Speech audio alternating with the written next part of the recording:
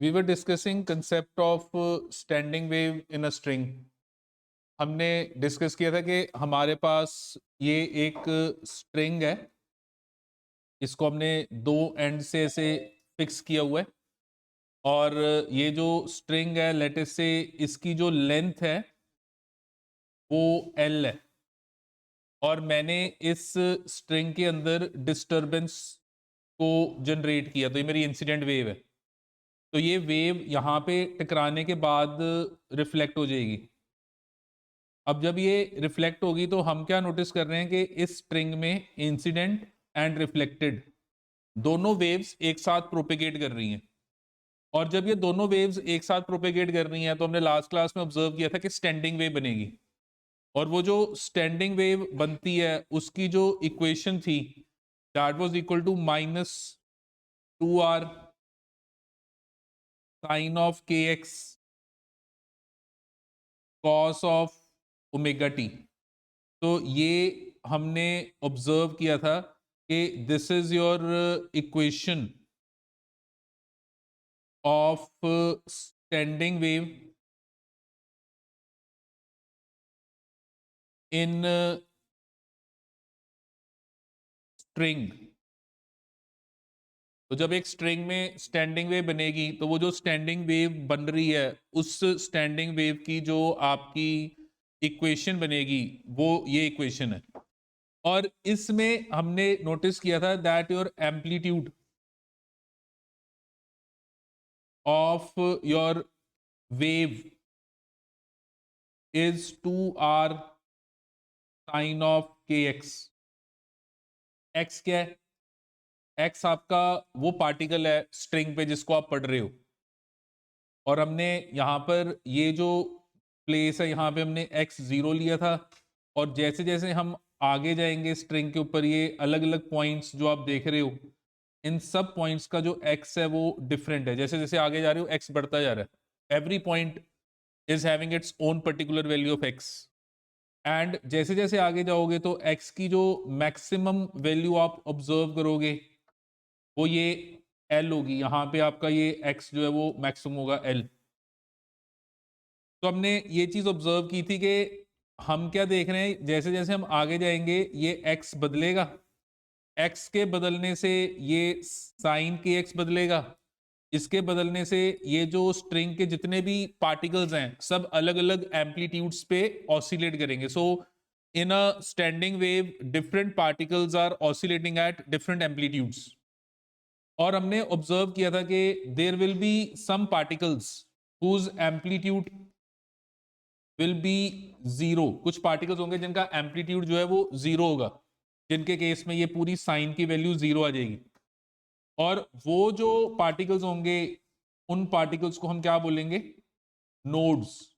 उन पार्टिकल को हम नोड बोलेंगे। तो नोड बेसिकली क्या है? नोड आपका वो पर्टिकुलर पॉइंट है स्ट्रिंग का जो बिल्कुल भी ऑसिलेट नहीं कर रहा, जिसका एम्पलीट्यूड जीरो है। एंड ऐसे भी कुछ होंगे जिनका एम्पलीट्यूड जो है वो मैक्सिमम होगा और जिनका एम्पलीट्यूड मैक्सिमम होगा उनको हम क्या बोलेंगे? Anti nodes. तो वो हमारे एंटी नोड्स होंगे। तो जिनका एम्पलीट्यूड मैक्सिमम होगा उनको हम एंटी नोड्स बोलेंगे। तो यहाँ पर हम क्या कर रहे हैं? यहाँ पर हम नोड्स को एन के साथ और एंटी नोड्स को ए के साथ रिप्रेजेंट करेंगे। मतलब इस स्ट्रिंग में जो पॉइंट्स नोड्स होंगे उनको हम बोलेंगे एन, जो पॉइंट्स एंटी नोड होंगे उनको हम कहेंगे ए। एक्स इजिकल टू एल पे आपने इस जगह को फिक्स किया हुआ है तो ये हिलेगा नहीं ना। तो जब ये हिलेगा नहीं तो इसका एम्पलीट्यूड जीरो होगा, तो ये नोड हो गया। अब यहाँ पे हम क्या ऑब्जर्व कर रहे हैं? यहाँ पे हम ऑब्जर्व कर रहे हैं कि ये जो गिवन स्ट्रिंग में स्टैंडिंग वेव्स बनती हैं उन स्टैंडिंग वेव्स की जो वेवलेंथ आती है that is equal to 2l over n। l क्या था? स्ट्रिंग की लेंथ। और n क्या है? n इंटीजर है। इंटीजर हमने लास्ट क्लास में ये डिस्कस किया था कि इंटीजर का क्या मतलब है। इंटीजर का मतलब कि ये जो आप रिलेशन देख रहे हो इस रिलेशन में ये जो n है इसकी वैल्यू जब मैं बदलूंगा तो मेरे को अलग अलग वेवलेंथ वाली गिवन स्ट्रिंग में स्टैंडिंग वेव्स मिलेंगी। तो इस स्ट्रिंग में एक नहीं, अलग अलग स्टैंडिंग वेव्स बन सकती हैं, डिपेंडिंग मैं उन स्टैंडिंग वेव्स को कैसे जनरेट कर रहा हूं। मतलब मैं जब डिस्टरबेंस दे रहा हूं तो मैं स्ट्रिंग में डिस्टरबेंस किस तरीके से दे रहा हूं, उसके अकॉर्डिंगली अलग अलग स्टैंडिंग वेव्स बनेंगी। And what are the possible standing waves? ये वो सारी वेवलेंथ्स हैं जितनी भी पॉसिबल स्टैंडिंग वेव्स हो सकती हैं। जैसे आप n को 1 पुट करोगे तो इस स्ट्रिंग में जो वेवलेंथ होगी वो क्या हो जाएगी? 2l। n को 2 पुट करोगे तो वेवलेंथ कितनी हो जाएगी? 2l/2, that is l। अगर आप 3 पुट करोगे तो वेवलेंथ कितनी हो जाएगी? 2l/3, that is your wavelength will be different as you keep on changing the way you are disturbing the string। और यहां पर जब आप इस गिवन स्ट्रिंग को पढ़ रहे हो तो हमने डिस्कस किया था कि एक स्ट्रिंग के अंदर जो speed of wave in string होती है that is equal to under root of t/m, where what is t? Tension in the string. And what is m? Mass per unit length, mass per unit length, that is linear mass density. तो ये जो small m है ये आपका क्या हो गया? Linear mass density. तो हम यहाँ पे नोटिस कर रहे हैं कि अगर मैं यहाँ पर इस गिवन स्ट्रिंग के अंदर टेंशन को बदलूंगा, लीनियर मास डेंसिटी को बदलूंगा, तो स्पीड में फर्क पड़ेगा। तो ये हमारी given speed of the wave है जो स्ट्रिंग में ओरिजिनेट हो रही है। Also speed is equal to frequency into wavelength. Speed of a wave का फॉर्मूला ये होता है फ्रीक्वेंसी इंटू वेवलेंथ। तो अगर मैं यहाँ पे जो स्टैंडिंग वेव बन रही है उसकी फ्रीक्वेंसी देखना चाहता हूं तो उसकी फ्रीक्वेंसी कितनी बनेगी? That will be equal to v by lambda. और v आपने कितना निकाला अभी? t/m under root. और लेमडा आपने जो नोटिस किया था वो क्या था? 2l/n। तो ये जो आप गिवन रिलेशन देख रहे हो ये आपकी वो पॉसिबल फ्रीक्वेंसीज हैं जो इस स्ट्रिंग के अंदर बनेंगी। और आप क्या ऑब्जर्व कर रहे हो कि यहाँ पे जो n है वो एक इंटीजर है जिसकी वैल्यू 1 2 3 4 एंड सो ऑन। इसका मतलब जब मैं n को 1 पुट करूंगा, देखो जब मैं n को 1 पुट करूंगा तो ये फ्रीक्वेंसी मेरी 1/2l under root of 2 t/m होगी। अच्छा अगर मैं n को 2 पुट करूंगा तो फ्रीक्वेंसी बढ़ गई, देखो 2 टाइम्स होगी।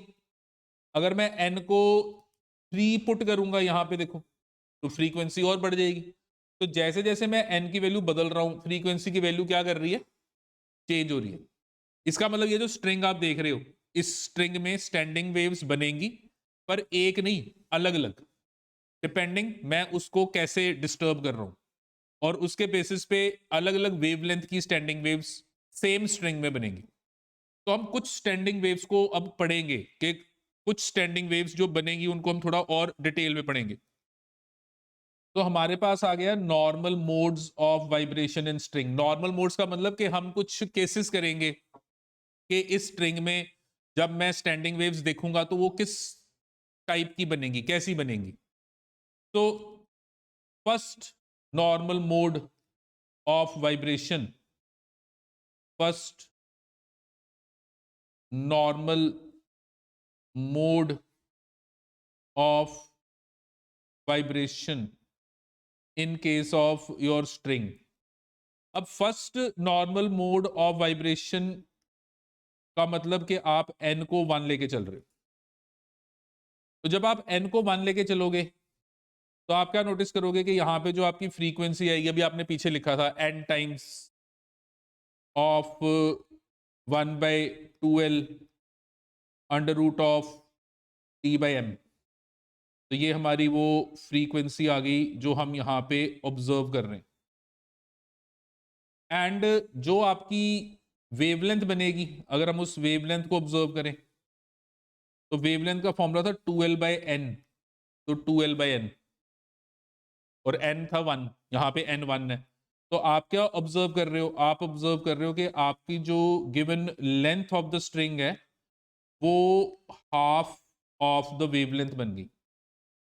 तो यहां पे अगर मैं ये स्ट्रिंग को नोटिस कर रहा हूं जिसकी लेंथ मैं एल ले रहा हूं, और इस स्ट्रिंग में मैं अब ये इंसिडेंट वेव और रिफ्लेक्टेड वेव को प्रोपेगेट करवा रहा हूं, तो यहां पे स्टैंडिंग वेव बन रही है। और एक टाइप ऑफ स्टैंडिंग वेव जो बन रही है जिसको मैं फर्स्ट नॉर्मल मोड कह रहा हूं, इसमें मेरी ये जो लेंथ आ रही है ये वेवलेंथ का हाफ आ रही है। अच्छा, आपको वेवलेंथ याद है? एक वेव, ये देखो ये एक वेव है, ये एक वेव है। तो अगर एक वेव में मैं यहां से लेके यहां तक ड्रॉ करूं तो ये मेरा वेवलेंथ है। तो हाफ ऑफ वेवलेंथ क्या होगा? तो हाफ ऑफ वेवलेंथ ये होगा। तो ये जो चीज है ये हाफ ऑफ वेवलेंथ, और मेरी पूरी लेंथ हाफ ऑफ वेवलेंथ है। इसमें पता है क्या हो रहा है? इसमें हो रहा है ये कि आपके पास लेटर से ये आपकी स्ट्रिंग है, जैसे ये आपकी स्ट्रिंग है, आपने इस स्ट्रिंग को सेंटर से पकड़ा और खींचा। कहां से पकड़ा? ये आपके पास स्ट्रिंग है, आपने इसको ये सेंटर से पकड़ के नीचे खींचा और छोड़ दिया। तो जब आप इसको ऐसे पकड़ के छोड़ोगे तो आप क्या ऑब्जर्व करोगे कि ये सारी स्ट्रिंग ऐसे इकट्ठी ऊपर जाएगी, और फिर आप नेक्स्ट इंस्टेंट नोटिस करोगे कि ये सारी स्ट्रिंग ऐसे इकट्ठी ऐसे नीचे आएगी, अप डाउन ऐसे मूव करेगी। और जब ये अप डाउन ऐसे मूव करेगी तो आप ऑब्जर्व करोगे कि ये वाला जो पॉइंट है जिसका एक्स 0 है, और ये वाला जो पॉइंट है जिसका एक्स एल है, ये बिल्कुल भी ऑसिलेट नहीं करेंगे। ये स्ट्रिंग के वो पॉइंट है जिनको आपने बिल्कुल फिक्स किया हुआ है, तो ये आपके बन जाएंगे नोड्स। और अगर आप यहां वाला कोई पॉइंट देखोगे तो ये वाला पॉइंट इतनी रीजन में अप डाउन हो रहा है। अगर आप यहां पे पॉइंट लोगे तो ये इतने रीजन में अप डाउन हो रहा है। अगर आप यहां वाला पॉइंट लोगे तो वो इतने रीजन में अप डाउन हो रहा है, बस इससे ज्यादा वो अप डाउन नहीं होगा। तो ये इन सब पॉइंट्स का एम्पलीट्यूड देखो अलग अलग है। तो आप क्या नोटिस कर रहे हो? आप नोटिस कर रहे हो जैसे जैसे आप आगे जा रहे हो एक्स बदल रहा है। देखो ये आगे जा रहे हो, इन सब का एक्स बदल रहा है, और ये सब अलग अलग एक्स का एम्पलीट्यूड क्या आ रहा है? डिफरेंट आ रहा है। और अगर ये मैं सेंटर वाले को देखूं, सेंटर वाला ये सबसे ज्यादा एम्पलीट्यूड पे क्या कर रहा है? ऑसिलेट कर रहा है। और जब ये सबसे ज्यादा एम्पलीट्यूड पे ऑसिलेट कर रहा है तो जो पॉइंट सबसे ज्यादा एम्पलीट्यूड पे ऑसिलेट कर रहा है उस पॉइंट को हम क्या बोलेंगे? एंटीनोड। तो एंटीनोड हुआ जिसकी सबसे ज्यादा एम्पलीट्यूड है। और एंटीनोड में हम क्या नोटिस करेंगे? एंटीनोड, जब आपका एंटीनोड होगा तो एंटीनोड में जो आपका एम्पलीट्यूड, तो हमने जो एम्पलीट्यूड देखा था वो था 2r साइन के एक्स। तो ये जो के एक्स है ये मैक्सिमम होगा, मैक्सिमम का मतलब ये 1 हो जाएगा। तो अगर ये 1 हो गया तो आपका जो एंटीनोड है, एंटीनोड उसका जो एम्पलीट्यूड बनेगा वो कितना बनेगा? 2 times of r, 2 times of r amplitude हो जाएगा। नोड का एम्पलीट्यूड 0 है। तो आप क्या नोटिस कर रहे हो? अब जब आप इस नोड से लेके एंटी नोड तक जा रहे हो, देखो ये नोड से एंटी नोड तक जा रहे हो, तो जैसे जैसे आप नोड से एंटी नोड तक जा रहे हो हर पार्टिकल का एम्पलीट्यूड बढ़ रहा है। और सबसे ज्यादा एम्पलीट्यूड किसका है? एंटी नोड का। और जब वो एम्पलीट्यूड बढ़ रहा है तो वो 0 से 2r तक बढ़ रहा है। सबसे ज्यादा एम्पलीट्यूड एंटी नोड का है जो 2r है। आर क्या था? आर था ये जो आप इंसिडेंट वेव ले रहे हो, सिंगल वेव का एम्पलीट्यूड। आर था सिंगल वेव का एम्पलीट्यूड। और हुआ क्या? आपने इसको जनरेट किया, ये अपने आप जनरेट हो गया, ये अपने आप जनरेट हो गया, वहां पे ये दोनों मिल गए, मिलने से एम्पलीट्यूड जो है जो आपने जनरेट किया था उससे डबल हो गया। किसका? एंटीनोड का। पर बीच में ऐसे भी हैं जो जिनका एम्पलीट्यूड जो है वो आप जो सोच रहे हो उससे कम है, कुछ ऐसे हैं जिनका 0 है, कुछ ऐसे हैं जो एम्पलीट्यूड बढ़ता जा रहा है और सबसे ज्यादा कितना हो रहा है? 2r। उसके बाद ये जो अगला पार्टिकल है इसका एम्पलीट्यूड पहले से कम हो गया, इसका फिर एम्पलीट्यूड कम हो गया, इसका फिर एम्पलीट्यूड कम हो गया। तो जब मैं नोड से एंटी नोड जाऊंगा तो एम्पलीट्यूड हर पार्टिकल का बढ़ेगा, और जब एंटी नोड से नोड जाऊंगा तो हर पार्टिकल का एम्पलीट्यूड कम होता जाएगा। हाँ जी, क्लियर है? ये बात समझ में आ रही क्या कह रहे हैं? तो ये हमारे पास first normal mode of vibration है। ये जो आप देख रहे हो ये आपका first normal mode of vibration हो गया। और इसमें आप क्या ऑब्जर्व कर रहे हो? इसमें आप ऑब्जर्व कर रहे हो कि यहां से लेके यहां तक जो आपकी लेंथ है ये आपकी हाफ ऑफ वेवलेंथ है। ये जो लेंथ है ये हाफ ऑफ वेवलेंथ है। तो यहां पर हम क्या नोटिस कर रहे हैं कि distance between two consecutive nodes जो है वो लेमडा बाय 2। देखो ये वाला नोड और ये वाला नोड, इन दोनों के बीच में जो डिस्टेंस है वो कितना है, lambda by 2। And distance between node and anti node. तो अगर मैं नोटिस करूं, ये देखो, ये अगर मैं गिवन नोड और एंटी नोड को देखूं, ये नोड है और ये मेरा एंटी नोड है, तो ये दोनों के बीच में अगर मैं डिस्टेंस लूं तो ये बिल्कुल नोड नोड वाला हाफ है। तो ये डिस्टेंस कितना हो जाएगा, this distance is lambda by 4। तो ये आपने याद रखना है कि नोड नोड के बीच में जो डिस्टेंस है वो लेमडा बाय 2, एंटी नोड और नोड के बीच में जो डिस्टेंस है वो कितना हो गया, हाँ जी कितना हो गया, लेमडा बाय 4। अच्छा, अब ये जो आप फ्रीक्वेंसी ऑब्जर्व कर रहे हो, this frequency is your fundamental frequency. ये जो आप फ्रीक्वेंसी नोटिस कर रहे हो, ये आपकी फ्रीक्वेंसी जो आ रही है, ये कौन सी फ्रीक्वेंसी आ रही है, फंडामेंटल फ्रीक्वेंसी। तो ये हम जो फ्रीक्वेंसी ऑब्जर्व कर रहे हैं ये फंडामेंटल फ्रीक्वेंसी है। Fundamental frequency means minimum possible value of frequency. Minimum कैसे, आपने देखो पीछे नोटिस करो, पीछे यहां पे n लिखा हुआ है, ये n लिखा हुआ है। अब जैसे जैसे n को बढ़ाओगे फ्रीक्वेंसी बढ़ेगी। तो सबसे कम फ्रीक्वेंसी कब होगी, जब n सबसे कम होगा, जो कि 1 है, क्योंकि n इंटीजर है।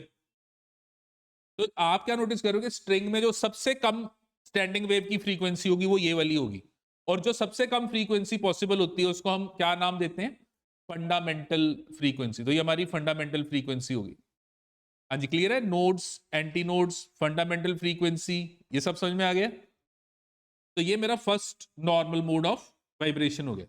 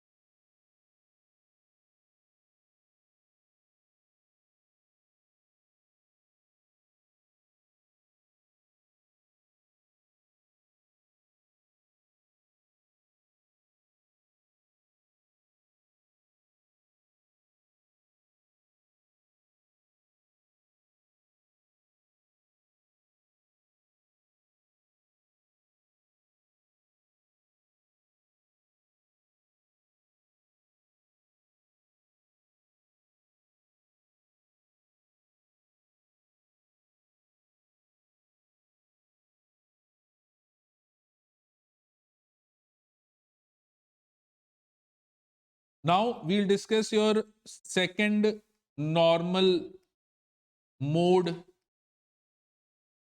of vibration.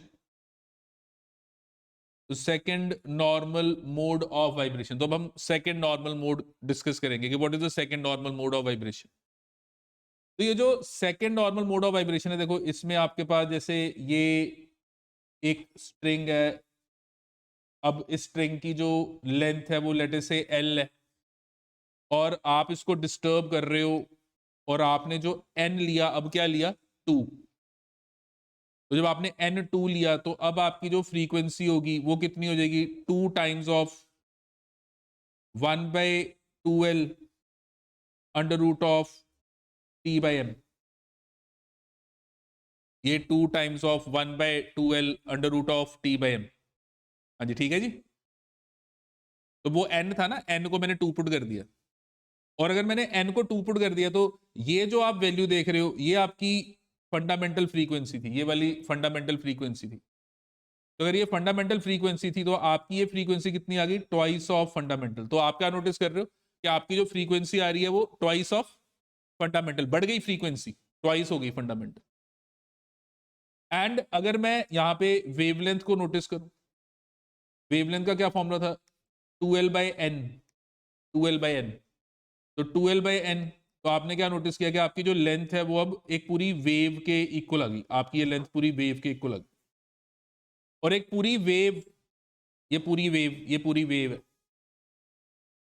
तो इसमें मैंने क्या किया, ये जो पूरी की पूरी लेंथ मेरे को नजर आ रही है, ये पूरी की पूरी जो लेंथ नजर आ रही है, इसका जो 1/4 है, 1/4, जो 1/4 है उसको मैंने पकड़ के नीचे खींचा, 1/4 वाले जगह को पकड़ के नीचे खींचा। तो जब मैंने नीचे खींचा तो मैं क्या ऑब्जर्व करूंगा, मैं ऑब्जर्व करूंगा, मैं ऑब्जर्व करूंगा कि मेरी जो स्ट्रिंग है वो इस तरीके की गिवन शेप लेके ऑसिलेट करेगी, जिसमें आपका ये जो पूरा का पूरा जो स्ट्रिंग का लेंथ है वो एक पूरी वेवलेंथ, पूरी वेवलेंथ के इक्वल आपको नजर आ रहा है।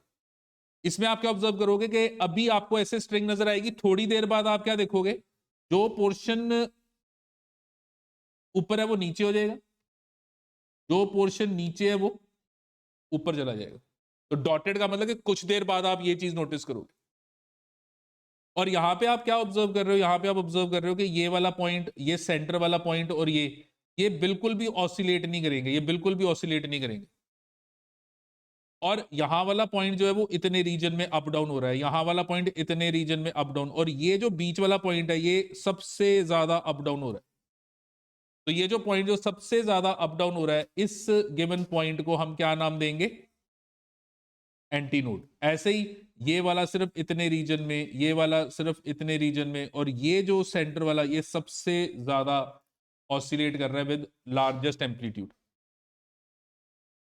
तो हम क्या नोटिस कर रहे हैं, हम नोटिस कर रहे हैं कि अगेन वही चीज कि distance between a node and consecutive node में कितना डिस्टेंस बन रहा है, λ/2। Distance between a node and anti node कितना डिस्टेंस बन रहा है, λ/4। And distance between anti node and anti node, anti node में भी कितना डिस्टेंस बनेगा, λ/2। तो ये भी याद रखना है कि distance between two consecutive node और टू कंसेक्टिव एंटी नोड, तो ये टू कंसेक्टिव नोड, या यहां पे मैं ये भी कह सकता हूं कि और टू कंसेक्टिव एंटी नोड। अगर मैं कंसेक्टिव एंटी नोड भी लूंगा तो उनके बीच में भी जो डिस्टेंस बनेगा वो क्या होगा, λ/2। तो ये हमने याद रखना है। तो यहां पर आप क्या नोटिस कर रहे हो कि ये जो पूरी स्ट्रिंग है, इस स्ट्रिंग में आधा पोर्शन ऊपर जा रहा है, आधा पोर्शन नीचे जा रहा है। अच्छा, ये जो एक पूरा का पूरा पोर्शन आप देख रहे हो, ये वाला पूरा का पूरा पोर्शन जो आप देख रहे हो जो इकट्ठा ऊपर जा रहा है, इस पूरे पोर्शन को हम कहते हैं segment. This whole portion is known as what, is known as a segment. तो ये जो आपको नजर आ रहा है, इस पोर्शन को हम सेगमेंट कहते हैं या लूप कहते हैं। तो ये पूरा का पूरा एक लूप है। तो ये सेगमेंट 1, ये जो आपको दूसरा नजर आ रहा है ये आपका सेगमेंट 2। तो ये एक पूरा सेगमेंट ऊपर चला गया, एक पूरा सेगमेंट नीचे चला गया।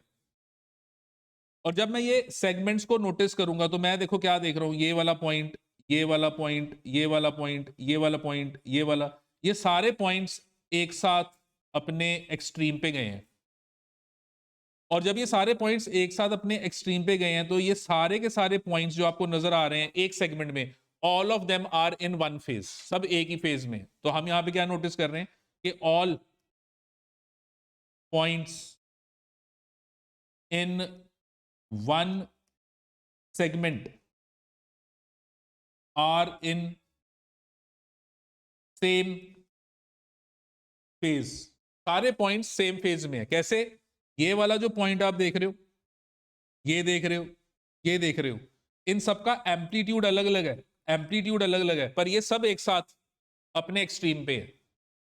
अच्छा, और ये वाला पार्टिकल, ये वाला पार्टिकल, ये वाला, ये सब अलग अलग एम्पलीट्यूड के हैं, पर ये सब एक साथ नीचे है। तो एक सेगमेंट में जितने भी पार्टिकल होंगे वो सबका फेज क्या होगा, सेम। और अगर मैं दो कंसेक्टिव सेगमेंट लूं, ये 1 एंड 2, तो देखो ये वाला अपने पॉजिटिव एक्सट्रीम पे है, ये वाला अपने नेगेटिव एक्सट्रीम पे है, तो दो कंसेक्टिव सेगमेंट्स के बीच में जो फेज का डिफरेंस है वो है 180। तो हम क्या याद रखेंगे, that your between between two consecutive segments, the phase difference between particles is 180 और पाई रेडियन। तो दो सेगमेंट्स अगर आप देखोगे कंसेक्टिव, तो वो जो दो कंसेक्टिव सेगमेंट्स होंगे, वो दो कंसेक्टिव सेगमेंट्स हमेशा एक दूसरे के साथ 180 का फेज डिफरेंस देंगे। 180 का मतलब कि उनके बीच में वो आउट ऑफ फेज होंगे,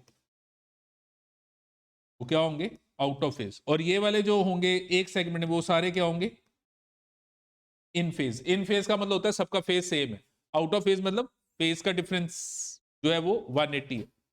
तो एक सेगमेंट के सारे पार्टिकल्स इकट्ठे ऊपर जा रहे हैं, दूसरे सेगमेंट के सारे पार्टिकल्स इकट्ठे नीचे जा रहे हैं। तो एक सेगमेंट के सारे पार्टिकल जो इकट्ठे ऊपर जा रहे हैं उन सबका फेज सेम है, जो इकट्ठे नीचे जा रहे हैं उनका भी सबका फेज सेम है। पर अगर पहले सेगमेंट को दूसरे के साथ कंपेयर करोगे तो उनके बीच में जो फेज का डिफरेंस है वो कितना आ जाएगा, 180। अच्छा, अब यहां पर अगर मैं इस गिवन फ्रीक्वेंसी को ऑब्जर्व करूंगा, तो ये वाली जो आप फ्रीक्वेंसी देख रहे हो ये अब फंडामेंटल से बढ़ गई। अच्छा, अब अगली फ्रीक्वेंसी इससे भी ज्यादा होगी। तो ये वाली जो फ्रीक्वेंसी है इसको हम कहते हैं फर्स्ट ओवरटोन। इसको हम क्या कहते हैं, ओवरटोन का मतलब पिछली वाली फ्रीक्वेंसी से एक लेवल ऊपर, पिछली वाली फ्रीक्वेंसी से एक, और सबसे छोटी थी फंडामेंटल, उससे एक लेवल ऊपर होगी फर्स्ट ओवरटोन, उससे फिर एक लेवल और ऊपर हो जाएगी सेकंड ओवरटोन, उससे फिर एक लेवल और ऊपर हो जाएगी थर्ड ओवरटोन। तो यहां पे हमने याद रखना है, क्या याद रखना है, दैट नंबर ऑफ ओवरटोन, किसी भी क्वेश्चन में जब नंबर ऑफ ओवरटोन आएगा that will be equal to n-1। तो number of overtone will be equal to n-1। जैसे मैंने आपको कहा कि बेटा थर्ड ओवरटोन, तो थर्ड ओवरटोन मतलब 3 इज इक्वल टू n-1। तो 3 इज इक्वल टू n-1 मतलब n कितना हो गया, 4। तो हमें पता होना चाहिए कि गिवन ओवरटोन पे n क्या होना चाहिए। जैसे यहां पे आपका फर्स्ट ओवरटोन है तो 1 इज इक्वल टू n-1, तो n कितना हो गया आपका 2, और ये ऊपर 2 ही है। अच्छा, फिर ये जो आपकी फ्रीक्वेंसी आप देख रहे हो इसको आप एक और तरीके से रिप्रेजेंट कर सकते हो, and that is your second harmonic. तो इसको एक और तरीके से आप रिप्रेजेंट कर सकते हो, and that is your harmonic. तो ये दो वर्ड्स आते हैं, ओवरटोन और एक आता है harmonic. Now what is your number of harmonic, number of harmonic is the multiple of fundamental। तो जो आपका गिवन केस है उसमें आपने नोटिस किया कि आपका ये जो गिवन फ्रीक्वेंसी है वो फंडामेंटल का कितना मल्टीपल है, आपकी गिवन फ्रीक्वेंसी फंडामेंटल के कितने टाइम्स है, वो आपका हार्मोनिक हो जाएगा। अगर लेट से ये फ्रीक्वेंसी 4 टाइम्स होती फंडामेंटल के, तो ये कितना हार्मोनिक होना था, फोर्थ हार्मोनिक। अगर ये फ्रीक्वेंसी जो आप देख रहे हो ये 6 टाइम्स होती आपके फंडामेंटल के, तो फिर क्या होना था, 6th हार्मोनिक। अगर 5 टाइम्स होती तो फिर क्या होना था, 5th हार्मोनिक। तो ये आपने याद रखना है कि फंडामेंटल का जो मल्टीपल है, फंडामेंटल का मल्टीपल वो हो गया नंबर ऑफ हार्मोनिक। हाँ जी, क्लियर है ये। फिर अब next normal mode, third normal mode of vibration. तो अगर मैं third normal mode of vibration में जाऊं, तो मेरा जो third normal mode of vibration है उसमें जो n है वो हो गया 3। अच्छा, अगर n 3 हो गया तो फ्रीक्वेंसी क्या होगी, 3 times of 1/2L under root of T/m। और ये जो आप वैल्यू ऑब्जर्व कर रहे हो ये आपकी फंडामेंटल थी, क्योंकि आप n टाइम्स है ना, n को आपने 3 पुट कर दिया, तो n times of 1/2L under root of T/m। तो ये जो आपकी फ्रीक्वेंसी बनी, हाँ जी, कितनी बनी है? 3 टाइम्स ऑफ ν1। हाँ जी, तो बता सकते हो कितना ओवरटोन? Second overtone. और बता सकते हो कितना हार्मोनिक, कितना मल्टीपल है? 3। तो ये क्या हो गया? Third harmonic. कैसे देखा मैंने? ओवरटोन के लिए n-1, तो 3 है ना, 3, तो 3-1 क्या हो गया? Second overtone. हार्मोनिक के लिए क्या देखना है? कितना मल्टीपल है, कितना मल्टीपल है, वो आपका हार्मोनिक बन गया। हाँ जी, ठीक है जी। और अगर मैं यहां पे वेवलेंथ निकालूं तो मेरी जो वेवलेंथ आएगी उसका फॉर्मूला क्या था? 2L/n। 2L/n, तो ये n। तो हमने क्या नोटिस किया कि ये जो पूरी की पूरी लेंथ आप देख रहे हो, ये पूरी की पूरी लेंथ 3/2 ऑफ द वेवलेंथ होगी। मतलब ये जो आपको पूरी लेंथ नजर आ रही है वाली, ये पूरी लेंथ जो आप देख रहे हो, ये पूरी लेंथ 3/2 ऑफ द वेवलेंथ होगी। अच्छा, 3/2 का क्या मतलब है? 1 प्लस हाफ, 1 और हाफ ऐड कर दो तो 3/2। तो यहां पे मेरे पास ये देखो, ये पूरी एक वेव है और फिर आधी वेव ऐड कर दो तो ये बन जाएगा 3/2। तो मैं क्या नोटिस करूंगा कि यहां पे जो मेरी वाइब्रेशन होगी, इसमें मैं क्या करता हूं, इसमें मैं बेसिकली ये पूरी लेंथ का जो 1/6 पोर्शन है उसको खींच के छोड़ता हूं। तो जब छोड़ता हूं तो मैं क्या ऑब्जर्व करता हूं? मैं ऑब्जर्व करता हूं कि मेरी जो गिवन स्ट्रिंग है वो इस तरीके से राइट नाउ वाइब्रेट कर रही है। अभी देखूंगा तो इस तरीके से पूरी स्ट्रिंग ऑसिलेट कर रही है, वाइब्रेट कर रही है। और थोड़ी देर बाद जब देखूंगा तो ये जो पोर्शन ऊपर था वो नीचे हो जाएगा, जो नीचे है वो ऊपर हो जाएगा, और ये जो ऊपर वाला पोर्शन है ये ऐसे नीचे आ जाएगा। तो ये आपके पास ऐसे सेगमेंट, 3 सेगमेंट बन गए, 1 सेगमेंट, 2 सेगमेंट, 3 सेगमेंट। और यहां पे आप क्या नोटिस कर रहे हो? यहां पे आप नोटिस कर रहे हो कि ये वाला जो आपका पॉइंट है ये नोड है, ये वाला पॉइंट भी आपका नोड है, ये वाला पॉइंट भी आपका नोड है, ये वाला पॉइंट भी आपका नोड है। ये जो सेंटर वाला पॉइंट है ये सबसे ज्यादा ऑसिलेट कर रहा है, ये वाला भी सबसे ज्यादा ऑसिलेट कर रहा है, ये वाला भी सबसे ज्यादा, ये आपका एंटी नोड है। और ये पूरी की पूरी जो लेंथ है, लेंथ ये 3/2 ऑफ द वेवलेंथ है। ये पूरी की पूरी लेंथ 3/2 ऑफ द वेवलेंथ है। और जब मैं इसको ऑब्जर्व कर रहा हूं तो यहां पे मैं एक और चीज नोटिस कर रहा हूं कि इन स्ट्रिंग, अगर मैं स्ट्रिंग की बात करूं तो इन स्ट्रिंग, ये ऊपर आप जो स्ट्रिंग देख रहे हो, इसमें नंबर ऑफ नोड्स, हाँ जी देखो यहां पे कितने, 1 node, 2 node, 3 node and 4 node. और एंटी नोड देखो कितने हैं, 1, 2, 3। और पीछे देखो, पीछे 3 नोड थे और एंटी नोड 2 थे। उससे पहले देखो 2 नोड थे और एक एंटी नोड। तो हम क्या नोटिस कर रहे हैं कि number of nodes is 1 plus number of anti nodes. तो ये कुछ बातें जो याद रखनी है, स्ट्रिंग के अंदर जब स्टैंडिंग वेव्स बनती हैं तो जो नंबर ऑफ नोड्स होते हैं वो हमेशा नंबर ऑफ एंटी नोड से एक ज्यादा होते हैं। और इस केस में अगर मेरे को कभी एग्जामिनर ने कहा कि फाइंड 7th ओवरटोन, तो मैं 7th ओवरटोन कैसे निकालूंगा? ओवरटोन मतलब ये जो फंडामेंटल ओवरटोन, हार्मोनिक, ये सब फ्रीक्वेंसी के लिए है। तो अगर 7th ओवरटोन, तो 7th ओवरटोन में number of overtone is n-1, तो n कितना आ गया? 8। तो फ्रीक्वेंसी जब निकालूंगा वो हो जाएगा 8 into 1/2L under root of T/m। और अगर मेरे को कभी एग्जामिनर ने कहा कि फाइंड 5th हार्मोनिक, तो मैं ये 5th हार्मोनिक कैसे निकालूंगा? हमने क्या कहा था कि हमारा जो नंबर ऑफ हार्मोनिक होता है that is multiple of fundamental. तो ये क्या आ गया? 5th harmonic. तो 5th मतलब 5 मल्टीपल ऑफ फंडामेंटल, फंडामेंटल क्या हो गया? ν1। तो ये जो आपकी फ्रीक्वेंसी बनी ये क्या बन गई? 5 times of 1/2L under root of T/m। तो ये कुछ पॉइंट्स हैं जो आपने याद रखने। हाँ जी, क्लियर है? ये नॉर्मल मोड्स समझ में आ गए? नॉर्मल मोड्स, ठीक है जी। अब ये जो नॉर्मल मोड्स हैं, अगर हम चाहें तो इनको हम यहाँ पे देख सकते हैं, अगर हम चाहें तो इनको हम एक बार ऑब्जर्व भी कर सकते हैं। ये इसको पकड़ के ना वहां पे उधर खड़ा हो, थोड़ा ऊपर ये मेरे बराबर रखी, ठीक है। हाँ जी, अब देखो ये हमारे पास हम फर्स्ट नॉर्मल मोड को डिस्कस कर रहे हैं। अब फर्स्ट नॉर्मल मोड में आप क्या नोटिस कर रहे हो कि ये पूरी की पूरी जो स्ट्रिंग है ये ऊपर जाएगी और इकट्ठी नीचे आएगी।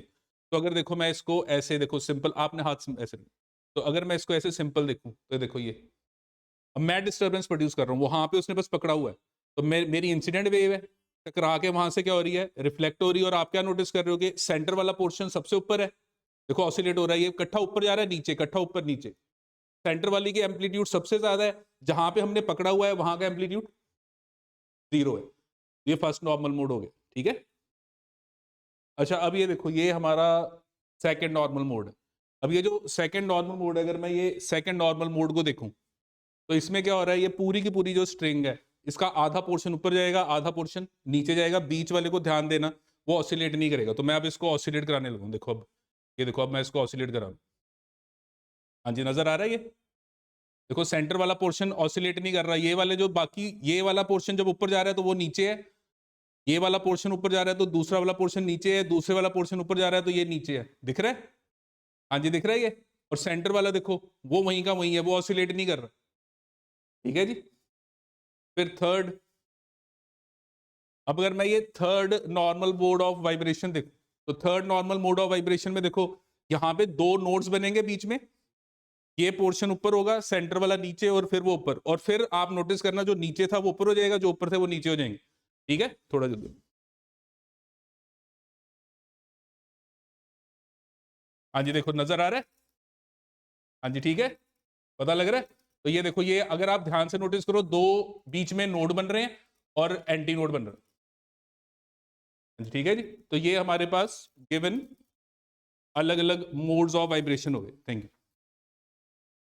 तो ये हमारे मोड्स ऑफ वाइब्रेशन बन गए। हाँ जी, क्लियर है ये। Now we will discuss your law of vibration in stretched string.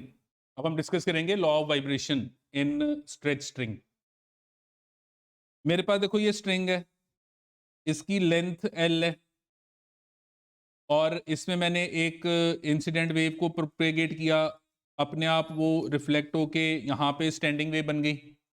जब वो स्टैंडिंग वेव बनी तो मेरे पास जो गिवन फ्रीक्वेंसी मैंने नोटिस की वो n times of 1/2L under root of T/m। And ये जो गिवन वैल्यू है यहाँ पे ये 1/2L under root of T/m, अगर मैं इस फ्रीक्वेंसी को क्या लूँ, फंडामेंटल फ्रीक्वेंसी।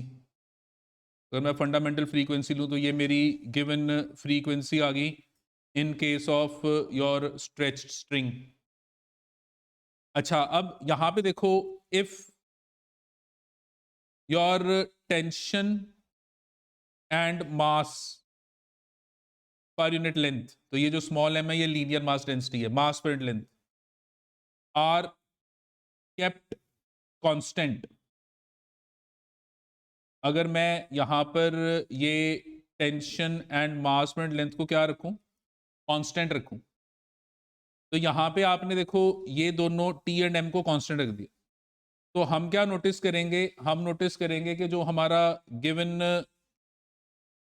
फ्रीक्वेंसी है वो प्रोपोर्शनल हो जाएगा 1/L के। Means your frequency will be inversely proportional to length. आपकी जो फ्रीक्वेंसी है वो लेंथ के क्या हो जाएगी, इनवर्सली प्रोपोर्शनल। एंड इसको हम कहेंगे लॉ ऑफ लेंथ। ये हो गया लॉ ऑफ लेंथ के अगर tension and linear mass density को हमने क्या रखा है, कांस्टेंट रखा है, तो फ्रीक्वेंसी जो है वो लेंथ के क्या होगी, inversely proportional. And if your length and linear mass density are kept constant, अगर मैं लेंथ और लीनियर मास डेंसिटी को कांस्टेंट रखूं तो फिर उस केस में मैं क्या नोटिस करूंगा, उस केस में मैं नोटिस करूंगा कि मेरी जो गिवन फ्रीक्वेंसी है वो टेंशन इन द स्ट्रिंग के अंडर रूट के डायरेक्टली प्रोपोर्शनल हो जाएगी। क्यों? क्योंकि एल और एम आप कांस्टेंट ले रहे हो, तो आपने length and linear mass density को कांस्टेंट ले लिया, तो यहां पे टेंशन चेंज करोगे तो फ्रीक्वेंसी चेंज होगी, और टेंशन बढ़ाओगे तो फ्रीक्वेंसी भी बढ़ जाएगी। तो इसको हम कहते हैं law of tension. And then if your given length and tension are kept constant, अगर मैंने लेंथ और टेंशन को कांस्टेंट रखा तो फिर आपको नजर आ रहा है कि जो आपकी फ्रीक्वेंसी है that will be inversely proportional to under root of linear mass density, that is mass पर unit length, and this is known as law of mass। तो ये कुछ पॉइंट्स है जो आपने याद रखने हैं कि हमारी जो फ्रीक्वेंसी है एक स्ट्रिंग में, लेंथ को बढ़ाओगे तो कम हो जाएगी, टेंशन को बढ़ाओगे तो बढ़ जाएगी, लीनियर मास डेंसिटी को बढ़ाओगे तो कम हो जाएगी, और कैसे वेरी करेगी ये रिलेशन। अब कुछ और इंपॉर्टेंट फैक्ट्स हैं। अब अगर मैं ये स्मॉल एम को देखूं तो small m is linear mass density, this is mass पर unit length. Mass can be written as density into volume. मेरे पास एक स्ट्रिंग है, ये एक स्ट्रिंग है, तो अगर मैं इस स्ट्रिंग को ऑब्जर्व करूं तो मैं क्या देख रहा हूं कि ये स्ट्रिंग की लेंथ हो गई, और ये जो आपको एरिया ऑफ क्रॉस सेक्शन नजर आ रहा है ये वाला, ये जो given area of cross section आप देख रहे हो, ये area of cross section into length जो होगा वो क्या हो जाएगा? वॉल्यूम। और ये जो आप एरिया ऑब्जर्व कर रहे हो, ये वाला जो आप एरिया ऑब्जर्व कर रहे हो, ये एरिया जो आप देख रहे हो, ये पाई टी स्क्वायर बाय 4 के इक्वल हो जाएगा, वेयर डी क्या है? D is the diameter of the cross section of the string. ये जो स्ट्रिंग का आप क्रॉस सेक्शन देख रहे हो उसका डायमीटर, तो ये पाई डी स्क्वायर बाय 4 हो जाएगा। हाँ जी, ठीक है। तो अगर ये पाई डी स्क्वायर बाय 4 हो गया तो मेरे पास ये जो गिवन रिलेशन है, इसमें मैं इसको रो इंटू ए इंटू एल ओवर एल, और ये ऐसे कैंसिल हो गया, तो मेरा जो स्मॉल एम है उसकी वैल्यू आ गई रो इंटू ए। एंड ये जो रो इंटू ए है इसको मैं लिख सकता हूं pi D square by 4 into rho, क्योंकि area pi D square by 4 हो गया, डी जो है यहाँ पे आपका डायमीटर हो गया। तो हमारी जो गिवन फ्रीक्वेंसी का रिलेशन था वो था 1/2L under root of T by M, तो 1/2L अंडर रूट ऑफ जो आपके पास टी है दैट इज टेंशन, और एम को आपने लिख दिया pi D square by 4 into rho. हाँ जी, ठीक है जी। और ये जो pi D square by 4 into rho जब आप देख रहे हो, तो इस केस में आप क्या नोटिस करोगे? आप नोटिस करोगे कि ये जो आपके पास गिवन वैल्यू है 4, ये बाहर आ गया, और 4 बाहर आके वो 2 के साथ कैंसिल हो जाएगा, तो आपके पास ये जो गिवन फ्रीक्वेंसी का रिलेशन बनेगा वो बनेगा 1/L इंटू डी, क्योंकि डी स्क्वायर था, under root of t over pi into rho. तो हमारे पास ये गिवन रिलेशन बन गया। हाँ जी, ठीक है जी। और ये जो गिवन रिलेशन आप देख रहे हो, इस गिवन रिलेशन में हम क्या नोटिस कर रहे हैं? If length, tension and density are kept constant, तो अगर मैं ये तीनों को कांस्टेंट रखूं तो frequency is inversely proportional to the diameter. Diameter को हम थिकनेस के साथ भी कंपेयर कर सकते हैं। तो अगर कभी आ गया कि मैंने थिकनेस बढ़ा दी, तो थिकनेस बढ़ा दी तो फ्रीक्वेंसी कम हो जाएगी आपके गिवन स्टैंडिंग वेव्स की। एंड इफ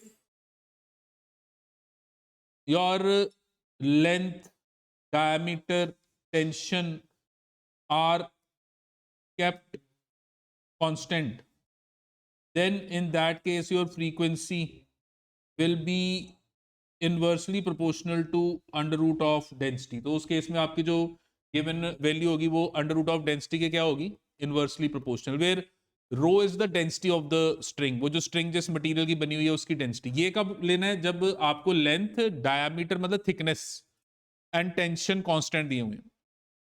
तो ये कुछ फैक्ट्स हैं जो हमने यूज करने हैं, एमसीक्यूज में ये चीजें आएंगी, तो ये पता होना चाहिए। हाँ जी, क्लियर है ये। तो अब कुछ क्वेश्चन डिस्कस करते हैं। अब जैसे देखो हमें क्वेश्चन आ गया that 50 centimetre long wire of mass 20 gram supports a mass of 1.6 kg as shown in the figure, and you have to find the fundamental frequency of the portion of the string between the wall and the pulley। तो ये हमारा given wall और ये पुली, यहाँ पे इस reason के अंदर हम देखना चाहते हैं स्टैंडिंग वेव की फ्रीक्वेंसी। और कौन सी फ्रीक्वेंसी निकालना चाहते हैं, फंडामेंटल। तो फंडामेंटल फ्रीक्वेंसी का फॉर्मूला क्या था, 1/2L under root of T/m। अच्छा, अब T कैसे निकालेंगे, तो हमें यहाँ पे दिया हुआ है कि ये 1.6 kg है। तो ये 1.6 kg है, तो आप क्या नोटिस कर रहे हो कि इसका जो वेट है वो ऐसे नीचे लगेगा, और इसका जो वेट है वो हो गया mg। तो mg कितना आ गया, 1.6 इंटू 10, तो कितना आ गया 16 न्यूटन। और जब ये 16 न्यूटन है तो ये ऊपर की तरफ क्या लगेगी, टेंशन। और अगर टेंशन, तो इस पूरी स्ट्रिंग में जो टेंशन आएगी वो टेंशन होगी T। तो आप क्या नोटिस कर रहे हो कि क्योंकि ये सारा का सारा सिस्टम किस पे है, रेस्ट पे है, तो T will be equal to mg। T जो है वो किसके इक्वल हो जाएगा, mg के। तो अगर T mg के इक्वल हो गया तो यहाँ पे ये जो टेंशन है ये तो आ गई 16 न्यूटन। हाँ जी, अब ये स्मॉल m निकालना है। तो स्मॉल m क्या है, मास पर यूनिट लेंथ। कितना मास है, 20 ग्राम। कितने लेंथ, 50 सेंटीमीटर। अब मैंने ये किस में लिया है, एसआई में। तो अगर इसको ऐसे में लिया तो ग्राम को अब किलोग्राम में कन्वर्ट करो। तो कैसे कन्वर्ट करोगे, 1000 के साथ मल्टीप्लाई कर दो तो ये किलोग्राम हो गया। सेंटीमीटर को मीटर में कन्वर्ट करो तो ये ऊपर 100 आ गया। तो ये जो वैल्यू आ गई ये आ गई किलोग्राम पर मीटर। तो इसको अगर मैं सॉल्व करूंगा तो मेरा जो स्मॉल एम है वो 0.04 किलोग्राम पर मीटर बन गया। तो मैंने स्मॉल एम निकाल लिया। अच्छा, और मेरी जो मैं लेंथ ले रहा हूं वो ये इतना पोर्शन, क्वेश्चन है कि इस पोर्शन में आपने स्टैंडिंग वेव निकालनी है।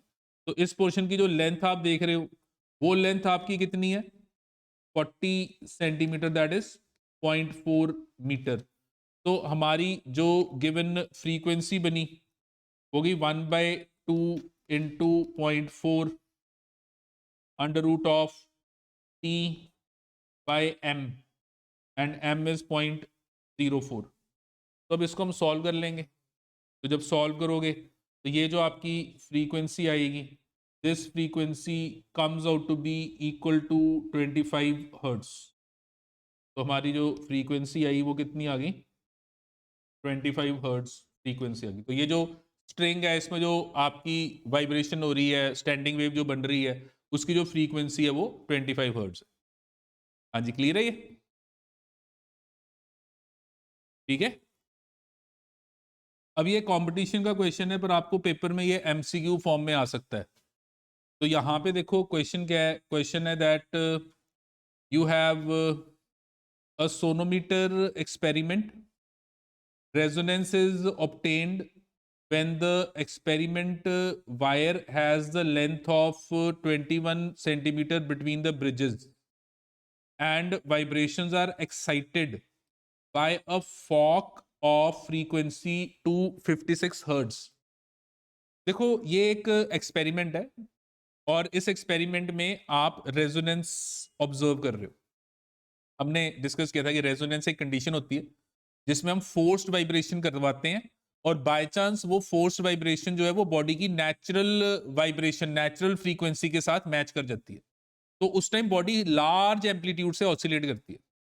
यहां पे हम जो फोर्स्ड वाइब्रेशन करवा रहे हैं, जो फोर्स्ड वाइब्रेशन करवा रहे हैं, वो इस ट्यूनिंग फॉक से करवा रहे हैं। हमारे पास यहां पे एक ट्यूनिंग फॉक है, हमने पढ़ा था कि ट्यूनिंग फॉक में ऐसे दो प्रॉन्ग्स होते हैं, पीछे ये स्टेम होती है, इसको हम रबड़ के साथ हिट करते हैं। जब रबड़ के साथ हिट करते हैं तो इसके अंदर ऐसे वाइब्रेशंस आती हैं, ये ऐसे ये हिलना शुरू हो जाता है।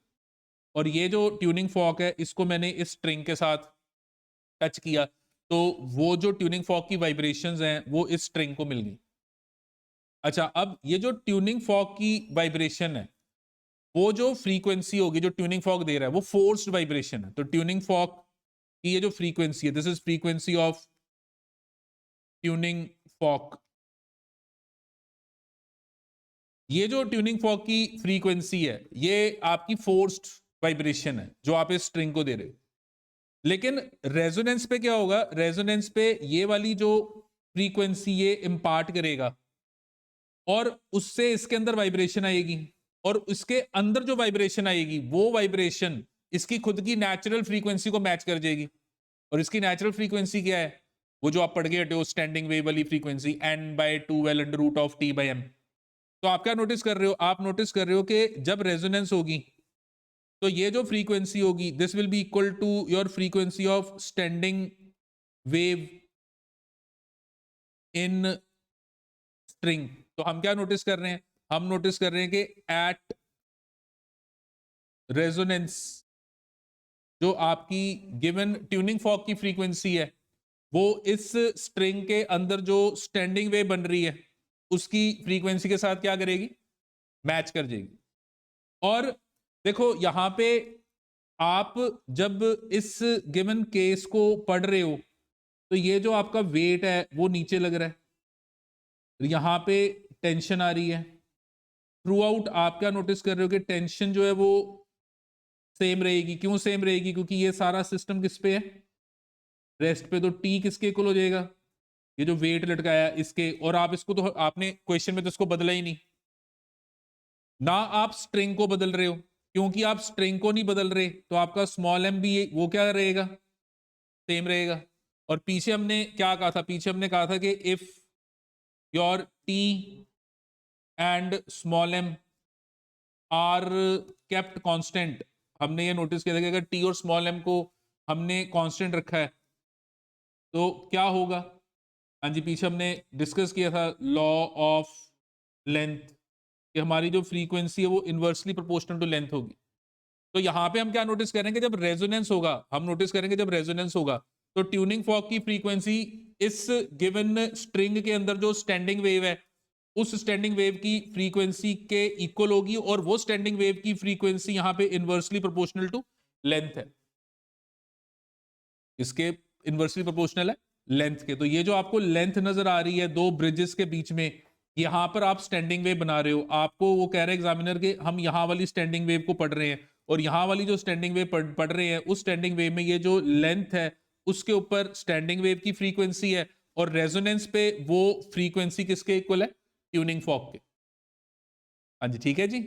और हमें एग्जामिनर कह रहा है कि जब हमारी फ्रीक्वेंसी 256 हर्ट है, जब आपकी ट्यूनिंग फॉक की फ्रीक्वेंसी कितनी है? 256 हर्ट्स।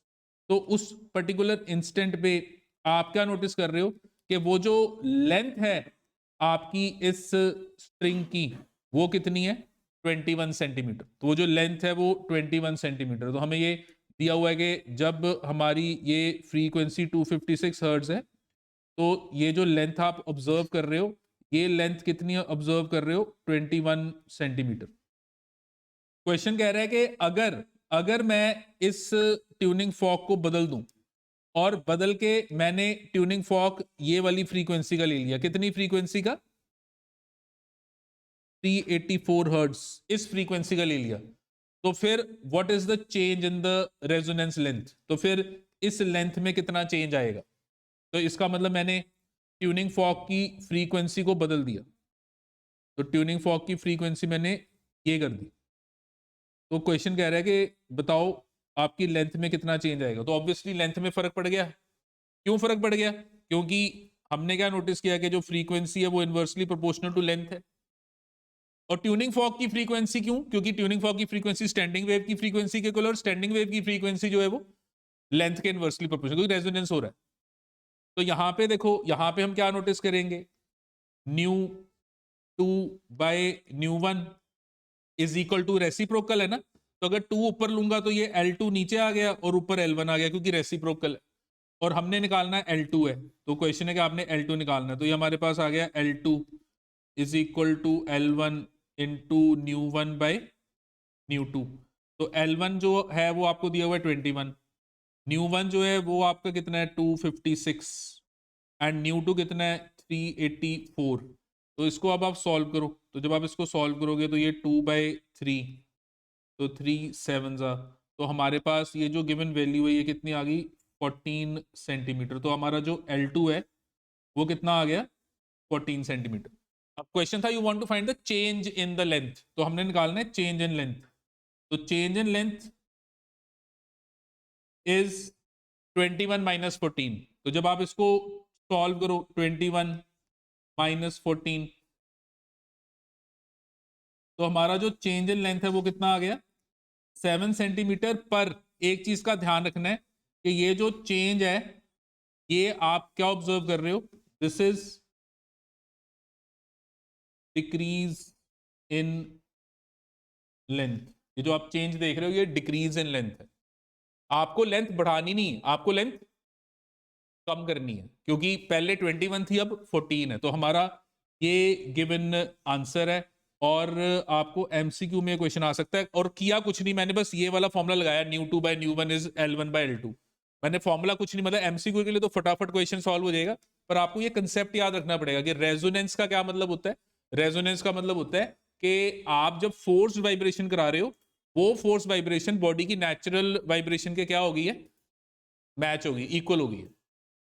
तो उस टाइम रेजोनेंस होगी, वो बॉडी जो है वो लार्ज एम्पलीट्यूड से क्या करेगी, ऑसिलेट करेगी। आज क्लियर है ये, समझ में आ गया?